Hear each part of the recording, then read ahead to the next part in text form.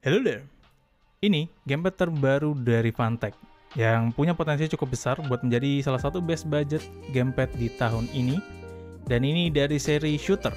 Ini adalah Funtech Shooter 3 WGP13S. Gue udah cukup lama gak bahas gamepad ya, tapi kalau misalnya gue perhatiin market gamepad sekarang, gamepad terbaru dari Funtech ini punya spesifikasi yang cukup gokil. Karena di harganya yang di 260 ribuan, ini punya fitur-fitur gamepad yang lu itu pada harapkan. Tapi pertama kita bahas tampilannya dulu, karena ini tampilannya sangat elegan. Gue pilih yang warna putih karena gue cukup suka ya, sama yang clean begini. Gak ada lampu-lampuan RGB, love it. Satu-satunya lampu yang ada itu hanya di logo Funtech yang fungsinya hanya sebagai indikator.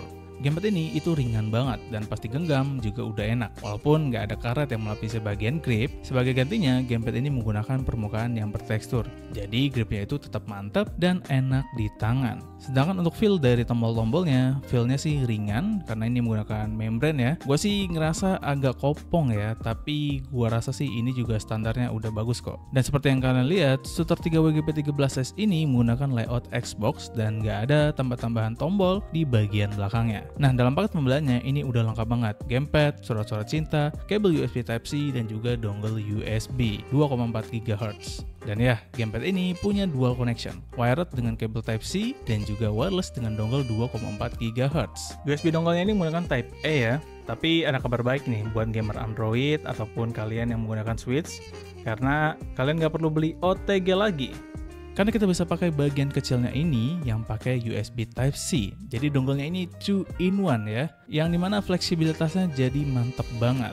Dan fitur yang menarik gak sampai situ aja, karena gamepad yang satu ini udah ada Hall effect. Di triggernya ini udah enak banget, sangat presisi. Jadi buat main game racing, terutama yang suka main di mode manual, ini bakal GG banget. Dan di analognya juga menggunakan anti-drift Hall effect. Di tes circularity yang gue lakukan beberapa kali, di bagian analog sebelah kiri itu dapat average error di 0 sekian persen, sedangkan analog bagian kanan itu masih di 1, sekian persen. Udah oke lah ya. Tapi yang menarik juga di sini, kalau kita pencet select plus analog baik yang di kiri maupun yang kanan, shape dari circularity-nya ini akan berubah. Jadi ada yang shape lingkaran, shape yang persegi, dan juga shape lingkaran yang kecil. Jadi ini cukup menarik karena jatuhnya universal, sesuai tipe gamer gimana mainnya atau game yang dimainkan. Mungkin emang circularity-nya nyari yang kotak, bukan yang bulat. Jadi ya sesuai kemampuan atau mungkin sesuai dengan keadaan gimana gamer itu nanti memainkan gamenya. Ya ini cukup menarik sih. Nah, di sini juga ada fitur time macro. Jadi selama 5 menit kalian tuh bisa masukin tombol-tombol yang kalian pengen sampai 63 key. Jadi setelah udah direkam dan sekali pencet langsung mereplikasikan tombol-tombol yang udah kalian tekan.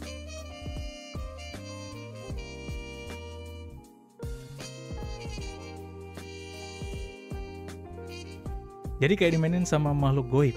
Ih, ngeri. Selama makin di gamepad, jujur ini enak banget ya. Selain karena emang ringan dan juga enak di tangan, wirelessnya juga nggak pernah mengalami interference, apalagi dengan polling rate-nya di 1000 Hz yang membuat delay-nya itu bener-bener nggak kerasa. Satu lagi fitur yang menarik tapi cukup disayangkan juga adalah ini udah ada motion sensor atau udah support gyroscope. Tapi ya sayangnya ini cuma bisa di konsol Switch. Di platform lain seperti PC, PS3, dan Android yang juga kompatibel, sayangnya belum support. Ada juga vibration di gamepad yang satu ini ya, dan ada 4 level yang bisa kita pilih untuk sensasi getarannya.